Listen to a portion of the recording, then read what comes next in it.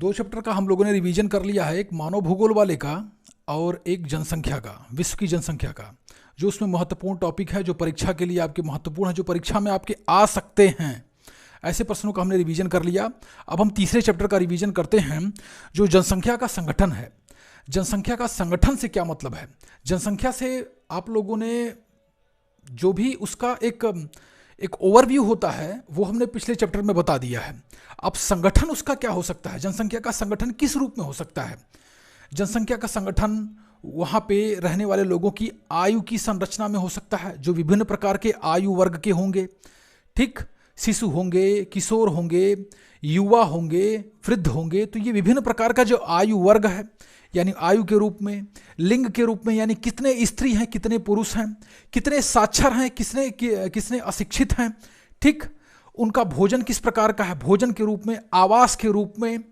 ठीक, ये सारा जो है जनसंख्या का संगठन है, यानी किसी क्षेत्र की जनसंख्या का संगठन, वो वहाँ के जनसंख्या के आयु संरचना, वो वहाँ की जनसंख्या के क्षेत्रीय स्वरूप, जो है वहाँ की जनसंख्या के साक्षरता स्तर, वहाँ के जनसंख्या का लिंगानुपात क्या है, वहाँ की जनसंख्या का साक्षरता का क्या स्तर है, उनका भोजन किस प्रकार का है, आवास किस प्रकार का है, रहन सहन किस प्रकार का है। ये विभिन्न प्रकार की जो मानवीय स्तर हैं, इन्हीं के आधार पे किसी क्षेत्र की जनसंख्या के संगठन की गणना की जाती है। तो जब हम जनसंख्या संगठन की बात करेंगे तो इन्हीं क्रम को आप समझते हुए हेडिंग डाल के और वर्णन करेंगे।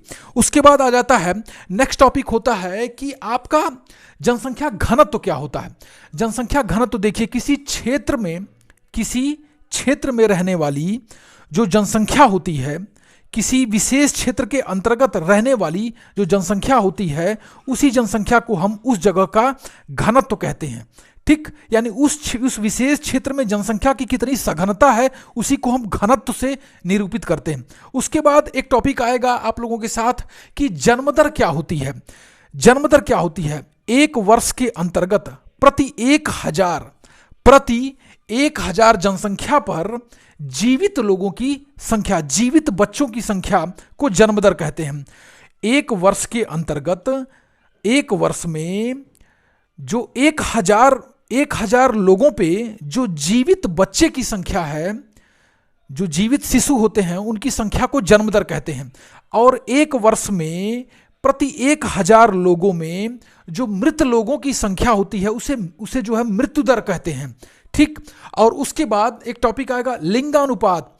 किसी क्षेत्र में प्रति 1000 पुरुषों के तुलना में जो महिलाओं की संख्या होती है, उसे लिंगानुपात कहते हैं। किसी क्षेत्र में प्रति 1000 पुरुषों पे जो महिलाओं की संख्या होती है, उसे लिंगानुपात कहते हैं। ठीक, उसके बाद आता है टॉपिक आपका जो जनसंख्या संगठन का हमने बताया, जो विभिन्न प्रकार के वर्ग हैं, जिन विभिन्न प्रकार के जो स्तर हैं मानवीय, चाहे वो जो विभिन्न दो अलग अलग समूह है। जैसे मान लीजिए हम जनसंख्या का संगठन निकालना है तो दो तरीके का समूह है। मान लीजिए एक भारतीय लोग हैं और दूसरी तरफ अंग्रेज हैं। तो भारतीय लोग, जैसे भारत की जनसंख्या और इंग्लैंड की जनसंख्या का जनसंख्या संगठन निकालना है, तो भारत की जनसंख्या का संगठन हम जो है इन्हीं मुख्य तथ्यों के आधार पर निकालेंगे, जिनको हमने बताया, जैसे आयु का आधार पे, लिंग के आधार पे, साक्षरता के आधार पे, भोजन के आधार पे, आवास के आधार पे, रहन सहन के आधार पे। उसी प्रकार से यही संगठन उधर का भी निकालेंगे, तो इन दोनों इंग्लैंड के भी लोगों का भी यही संगठन निकालेंगे। और फिर इन दोनों संगठन में जो अंतर होता है, इसी अंतर के माध्यम से जनसंख्या संगठन को प्रदर्शित किया जाता है। ठीक, अब आ जाते हैं हम प्राथमिक क्रियाएं। जब आपका ये शायद चौथा चैप्टर है, प्राथमिक क्रियाओं के अंतर्गत क्या होती हैं। प्राथमिक क्रियाओं के अंतर्गत वो सारे के सारे कार्य आ जाते हैं। प्राथमिक क्रियाओं के अंतर्गत वो सारे के सारे आते हैं, जैसे कृषि हो गया, मत्स्य हो गया, और उसके बाद मत्स्य पालन हो गया, खनन का कार्य हो गया। ये सारे के सारे जो है प्राथमिक कार्य के अंतर्गत आते हैं। ठीक, अब इन प्राथमिक कार्यों के अंतर्गत जो आने वाली क्रियाएं हैं, इसका एक उदाहरण के माध्यम से हमने क्लास में ही आपको बताया था। जैसे मान लीजिए कृषि क्षेत्र का आदमी है, वो गांव में खेती है, तो खेती में जो किसान है, तो किसान क्या कार्य कर रहा है? किसान जो है वो अनाज का उत्पादन कर रहा है। तो अनाज के उत्पादन का कार्य यानी जो कृषि का कार्य है, ये प्राथमिक कार्य है। ठीक, अच्छा, इस प्राथमिक कार्य से जो उत्पादन हो रहा है, इसी के आधार पे जो दूसरा कार्य हो रहा है, दूसरा उद्योग विकसित हो रहा है, यानी आटा बनाया जा रहा है। तो आटा बनाने का कार्य ये द्वितीय कार्य के अंतर्गत आ रहा है। ये क्या है? उस प्राथमिक कार्य पे ही आधारित है, इसलिए ये द्वितीय कार्य हो गया, ये द्वितीय क्रिया आ गई। और इसी द्वितीय क्रिया के फलस्वरूप जो निर्माण हो रहा है, यानी जो जैसे मान लीजिए अब जैसे हमने गेहूं से प्राथमिक क्रिया के फलस्वरूप कृषि किया और कृषि में गेहूं का उत्पादन हुआ। अब गेहूं से हमने आटा बना दिया, ये द्वितीय क्रिया हो गई। अब इस आटे से हम ब्रेड बना रहे हैं, बिस्किट बना रहे हैं और भी बहुत सारे खाद्य पदार्थ बना रहे हैं, ये तृतीय क्रियाएं हो गई। तो यही एक चक्र है, इसी को हम यहां थोड़ा विस्तृत ढंग से समझेंगे। अब देखिए, जो प्राथमिक क्रियाएं आ गई उसमें शिकार करना, कृषि करना और खनन करना, मछली पालन करना, ये सारी की सारी क्रियाएं जो है प्राथमिक क्रियाओं के अंतर्गत आ जाती हैं। अब प्राथमिक क्रियाओं में जो कृषि का स्वरूप है उसको हम समझेंगे, क्योंकि कृषि के इस स्वरूप से प्रश्न आ जाते हैं। अब कृषि के इस स्वरूप में एक होती है निर्वाह कृषि, ये हो गई निर्वाह कृषि। अब ये निर्वाह कृषि क्या होती है? ये किसी स्थान के विशेष की आवश्यकता के अनुसार जो कृषि की जाती है उसे निर्वाह कृषि कहते हैं। जैसे मान लीजिए, आपने सुना होगा कि झूम की कृषि है, तो झूम की कृषि कहाँ है? ये मिजोरम और नॉर्थ ईस्ट के उत्तर पूर्वी राज्यों में ये कृषि की जाती है। अब इस कृषि की क्या विशेषता है? क्योंकि ये पर्वतीय, पहाड़ी और आदिवासियों के द्वारा की जाने वाली कृषि है। ये जंगल झाड़ी को जलाते हैं और वहां कृषि करते हैं, इसे झूम कृषि कहते हैं। तो ये निर्वाह कृषि के अंतर्गत आ जाता है, यानी तत्कालिक परिस्थिति के आधार पर जो कृषि की जाती है उसे निर्वाह कृषि कहते हैं। ठीक, तत्कालिक परिस्थिति के आधार पर जो कृषि की जाती है उसे निर्वाह कृषि कहते हैं। ठीक ना। अब निर्वाह कृषि के अंतर्गत दो तरीके हैं। निर्वाह कृषि दो तरीके से की जाती है, एक आदिकालीन यानी प्राचीन तरीके से की जाने वाली निर्वाह कृषि और दूसरा होती है गहन निर्वाह कृषि, यानी प्राचीन कालीन तरीके से की जाने वाली जो निर्वाह कृषि होती है उसी को ही हम जो है झूम कृषि के अंतर्गत लेते हैं। ठीक, जो आदिवासी तौर तरीके से की जाने वाली जो कृषि है उसे ही हम आदिकालीन निर्वाह कृषि कहते हैं, क्योंकि उसमें किसी भी प्रकार के आधुनिक तौर तरीके और संसाधन का प्रयोग नहीं किया जाता है। वो पूरी तरीके से प्रकृति द्वारा संसाधनों पे ही निर्भर है, यानी पेड़ पौधों को काटो, जलाओ और साफ करो और खेती करो। ठीक, और जो गहन निर्वाह कृषि होती है ये क्या होती है? ये मैदानी क्षेत्रों में की जाती है। जैसे जिस क्षेत्रों में हम आप रहते हैं, यहाँ क्या है, बड़े बड़े विस्तृत क्षेत्र पे आप देखोगे गेहूं सिर्फ गेहूं ही बोया गया है। आप रोड से चलते चले जाओगे तो आपको हर तरफ जो है सिर्फ गेहूं की पैदावार ही दिखेगी। तो ये क्या है? ये गहन यानी एकदम घने रूप से एक ही प्रकार की कृषि की जा रही है। और क्या है? एक ही प्रकार की कृषि की जा रही है, यानी विस्तृत क्षेत्र पे एक ही प्रकार की कृषि की जा रही है, तो इसे गहन निर्वाह कृषि कहते हैं। ठीक, तो ये जो है, अब देखिए इसमें क्या होती है, जो चावल प्रधान क्षेत्र होते हैं वहां पे गहन निर्वाह कृषि की जाती है। तो चावल प्रधान क्षेत्र क्या है? ये पश्चिम बंगाल का क्षेत्र है। हमारे क्षेत्र में भी चावल की कृषि होती है और अपने यहाँ और भी अनाज है, जैसे गेहूं का उपज इस समय हो रहा है, ये गहन निर्वाह कृषि के अंतर्गत ही आ जाते हैं। ठीक, गहन निर्वाह कृषि दो प्रकार की, एक आदिकालीन निर्वाह कृषि और एक गहन निर्वाह कृषि। ठीक, आदिकालीन निर्वाह कृषि मतलब प्राचीन तौर तरीके से जो कृषि की जाती है, जैसे झूम की खेती, और गहन निर्वाह कृषि जो आधुनिक तरीके से यानी मैदानी क्षेत्रों में जो कृषि की जाती है, विस्तृत क्षेत्रों पे जो खेती की जाती है, उसी को गहन निर्वाह कृषि कहते हैं। ये प्राथमिक क्रियाओं के अंतर्गत आने वाली जो कृषि है। अब इसके अंतर्गत क्या है? इसके अंतर्गत देखिए जो कृषि के और प्रकार हैं, रोपड़ कृषि या बागानी कृषि। अब रोपड़ कृषि आपसे पूछ दिया जाएगा तो आप क्या बताएंगे? जो कि रोपड़ कृषि के अंतर्गत आप जान लीजिए चाय, काफी, गन्ना, रबड़ और केला। चाय, काफी, रबड़, केला, गन्ना, ये रोपड़ कृषि के अंतर्गत है। रोपड़ कृषि आपसे पूछी जाएगी तो क्या है? रोपड़ कृषि के अंतर्गत चाय, कॉफी, गन्ना, केला, रबड़ आदि इस प्रकार की जो कृषि है इसे रोपड़ कृषि कहते हैं। उसके बाद विस्तृत वाणिज्यिक कृषि, विस्तृत वाणिज्यिक अनाज कृषि, ये क्या होता है? ये किसी विस्तृत क्षेत्र पे, जैसे अमेरिका में क्या होता है, अमेरिका में प्रेयरी क्षेत्र है।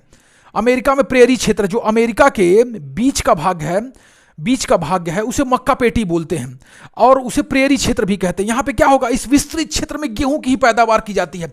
कई कई एकड़ तक चले जाएंगे लोग, सिर्फ गेहूं की ही खेती होगी। तो ये क्या है, ये खेती वहां के पेट पालने के लिए नहीं होती है, ये खेती होता है अनाज को बेचने के लिए। वाणिज्य का मतलब होता है व्यापार, और वाणिज्यिक अनाज कृषि क्या होता है, इसका उत्पादन ही सिर्फ इसीलिए किया जाता है कि इसे व्यापारिक दृष्टिकोण से इसका उपयोग किया जाएगा, इसे सिर्फ बेचा जाएगा और जो है अर्थ को प्राप्त किया जाएगा। दूसरी कृषि मिश्रित कृषि होती है।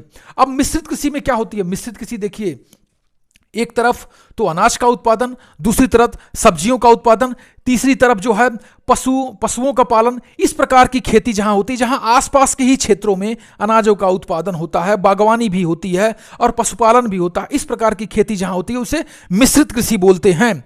ठीक, उसके बाद पूछा जाए डेयरी फार्मिंग। डेयरी फार्मिंग या डेयरी कृषि ऐसी कृषि होती है जहां पे पशु का पालन विस्तृत घास के मैदानों में किया जाता है, और उन जो है पशुओं से जो उत्पाद प्राप्त होता है, घी, दूध, मक्खन, इसके माध्यम से प्राप्त करने के लिए, घी, दूध, मक्खन प्राप्त करने के लिए जो कृषि की जाती है, इसे डेयरी कृषि कहते हैं।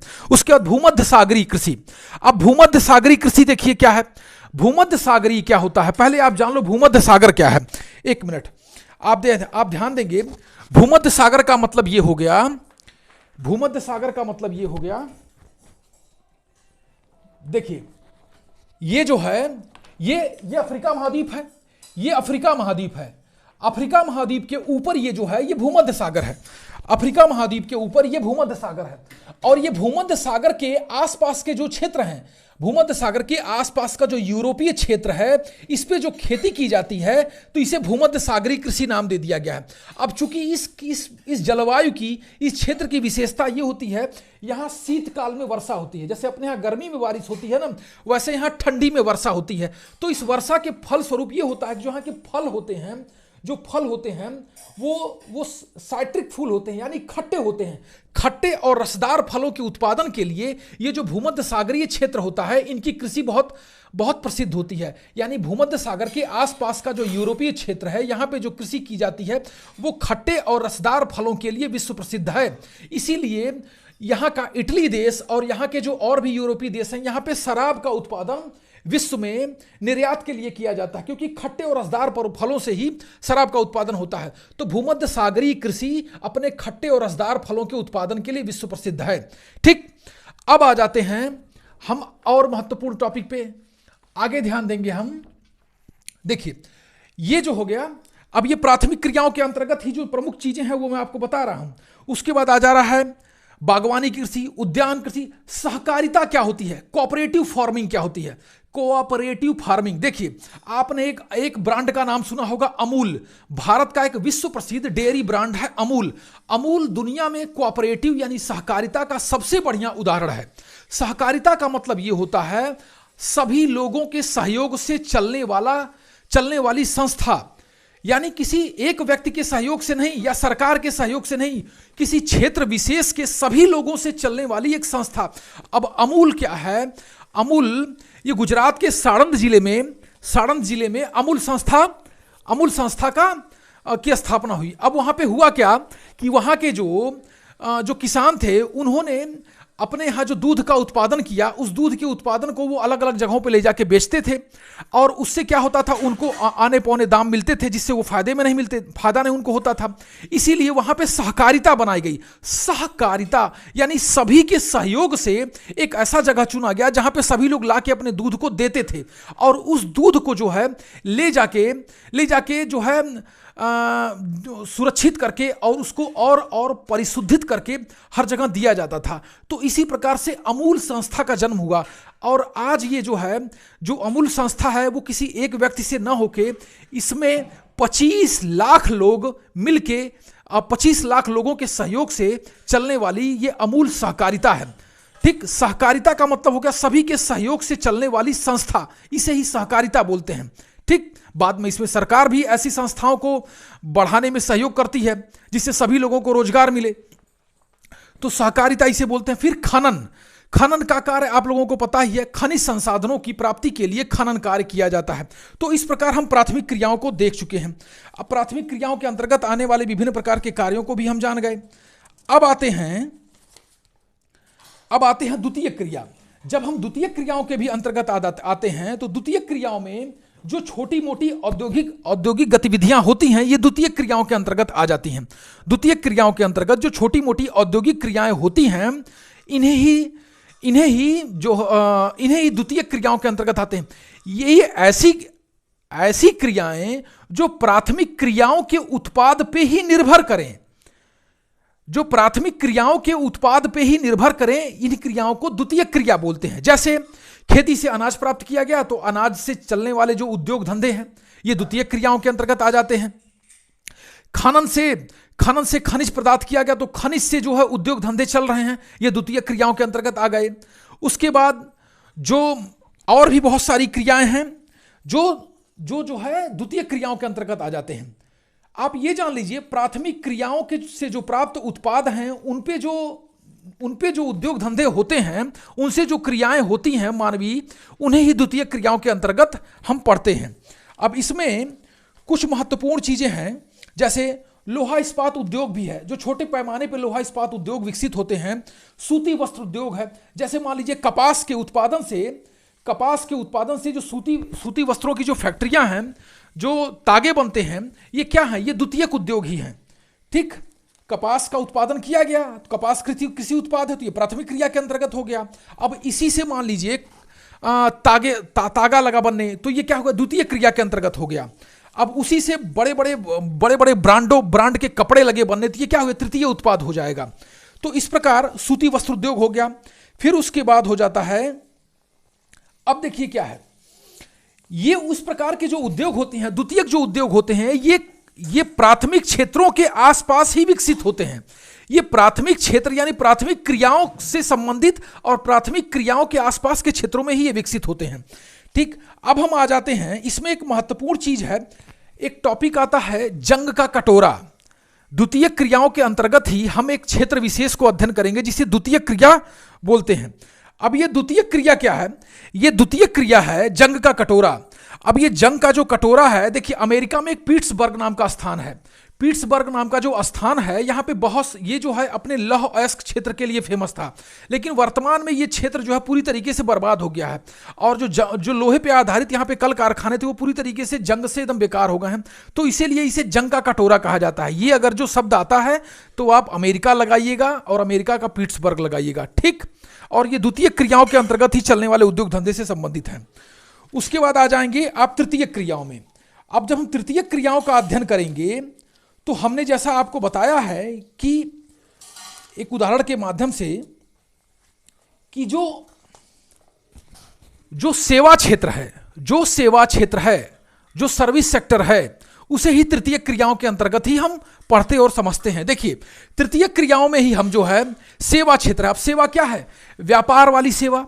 जो जब बिजनेस होता है तो बिजनेस में एक उत्पादन होता है और एक ऑफिस होता है। तो जहां पे प्रोडक्शन होता है, जहां पे किसी चीज का उत्पादन होता है, वो द्वितीय क्रिया के अंतर्गत आ जाएगा। लेकिन जहां से सर्विस प्रोवाइड कराई जाती है, अब जैसे मान लीजिए मोबाइल बनाने वाली कंपनी रिलायंस की है, तो रिलायंस जो है कहीं चिप बना रही है, अपना सिम कहीं बना रही है, तो वो उसका सेकेंडरी हो गया यानी द्वितीय क्षेत्र हो गया। लेकिन कोई उसका एक ऐसा क्षेत्र है जहां बैठ के उस सर्विसों को दिया जा रहा है, सिम को बेचा जा रहा है, यानी सिम को बेचा जा रहा है। पब्लिक जो उसके कस्टमर हैं उनके किसी भी प्रकार की दुविधा को दूर किया जा रहा है, यानी उनको सर्विस दी जा रही है, लोगों के घर तक जाके जो है सर्विस मुहैया कराई जा रही है, तो और ब्रॉडबैंड सर्विस बिछाई जा रही है, अंडरग्राउंड केबल लगाया जा रहा है। ये सर्विस का जो क्षेत्र है, ये सेवा क्षेत्र, ये तृतीय क्षेत्र के अंतर्गत आ जाते हैं। उसी प्रकार जो परिवहन है, जितने भी ट्रांसपोर्ट हैं, ये सारे के सारे तृतीय क्षेत्र के अंतर्गत आते हैं। फिर संचार की सुविधाएं, जो भी आधुनिक सैटेलाइट हैं और जो कम्युनिकेशन सिस्टम है, इंटरनेट हैं, ये सारे की सारी सुविधाएं जो हैं ये तृतीय क्षेत्र के अंतर्गत आ जाती हैं। तो जो भी हम पढ़ेंगे आधुनिक तौर तरीके संचार के, आधुनिक व्यापार के तौर तरीकों को और आधुनिक परिवहन के तौर तरीकों को, ये सारी की जो सेवाएं आएंगी, इसके अंतर्गत जो आने वाली सेवाएं हैं, सर्विस का मतलब ये हो गया कि जहां पे किसी व्यक्ति के द्वारा कोई सेवा प्रदान की जा रही है। जैसे मान लीजिए आप जो है, आपको सिम लेना है तो आप कहां जाएंगे, सिम लेने के लिए आपको किसी दुकान के पास जाना पड़ेगा, तो वो सर्विस दी जा रही है किसी कंपनी के माध्यम से, वो तृतीय क्षेत्र के अंतर्गत आएगा ही। ठीक, तो ये विभिन्न प्रकार के जो क्षेत्र हैं इसे हम तृतीय क्षेत्र के अंतर्गत लेंगे। और जब चतुर्थ क्रियाओं की हम बात करेंगे, तो देखो चतुर्थ क्रियाओं के अंतर्गत अनुसंधान और विकास जो होता है, अनुसंधान यानी किसी चीज की खोज की जाती है, और किसी चीज को खोजने के लिए, किसी नए आविष्कार को करने के लिए जो शोध किया जा रहा है, जो विकास किया जा रहा है, इसी को चतुर्थ क्रियाओं के अंतर्गत हम लाते हैं। इस प्रकार हमने देखा प्राथमिक, द्वितीयक और तृतीयक और चतुर्थ क्रियाओं को इस ढंग से हमने समझाने का प्रयास किया है। अब आप आ जाते हैं मानव बस्तियां। देखिए, मानव जो है अस्थायी रूप से जिस भी क्षेत्र विशेष में निवास करता है उसे मानव बस्तियां कहते हैं। मानव जिस भी क्षेत्र विशेष में अस्थायी रूप से निवास करता है उसे मानव बस्तियां कहते हैं। अब मानव बस्तियों के प्रकार क्या हैं? मानव बस्तियों के दो प्रकार होते हैं। एक प्रकार जो होते हैं, एक प्रकार की जो मानव बस्ती होती है उसे संहत कहते हैं, सहत मानव बस्ती कहते हैं, और दूसरे जो प्रकार होती है उसे प्रकीर्ण कहते हैं। सहत मानव बस्तियां क्या होती हैं? जो मैदानी क्षेत्रों में, उपजाऊ क्षेत्रों में और कृषि प्रधान क्षेत्रों में जो बस्तियां पाई जाती हैं, जिस क्षेत्र में हम लोग रहते हैं इस क्षेत्र में सहत मानव बस्तियां यानी सघन मानव बस्तियां पाई जाती हैं। ठीक, और दूसरा मानव बस्ती का प्रकार है प्रकीर्ण यानी बिखरी हुई, यानी दूर दूर निवास स्थान बहुत दूर दूर पे है, उसे प्रकीर्ण यानी जो है दूर दूर निवास होने वाली जो मानव बस्तियां हैं ये जो है इसे प्रकीर्ण मानव बस्तियां कहती हैं। मानव बस्तियों के प्रकार में एक संहत हो गया यानी सघन रूप से बसने वाली, और एक प्रकीर्ण यानी बिखरी दूर दूर बसने वाली मानव बस्तियां होती हैं। ठीक, तो संहत क्या होगी? जहां पे हर प्रकार का प्राकृतिक संसाधन, मानवीय संसाधन और सुविधाएं होंगी वहां सघन मानव बस्तियां होंगी। ठीक, और जहां पे प्राकृतिक रूप से कम सुविधाएं और संपन्नताएं होती हैं, जहां आधुनिक संसाधनों का भी अभाव होता है, वहां क्या होगा? वहां प्रकीर्ण यानी बिखरे हुए होंगे। अब जैसे थार के मरुस्थल में जाके रहोगे वहां कितना घर दिखाई देगा, वहां स्वाभाविक है दूर दूर छिटके हुए घर दिखाई देंगे। और उसी प्रकार से आपको जब आप मैदानी क्षेत्र में आएंगे, जिस क्षेत्र में हम लोग रहते हैं, ये गोरखपुर क्या है? ये मैदानी क्षेत्र का भाग है। तो इस क्षेत्र में जो बस्तियां हैं ये क्या है? ये बहुत सघन है। गांव की आबादी देखिए कितनी घनी आबादी है, आसपास कितने घर हैं।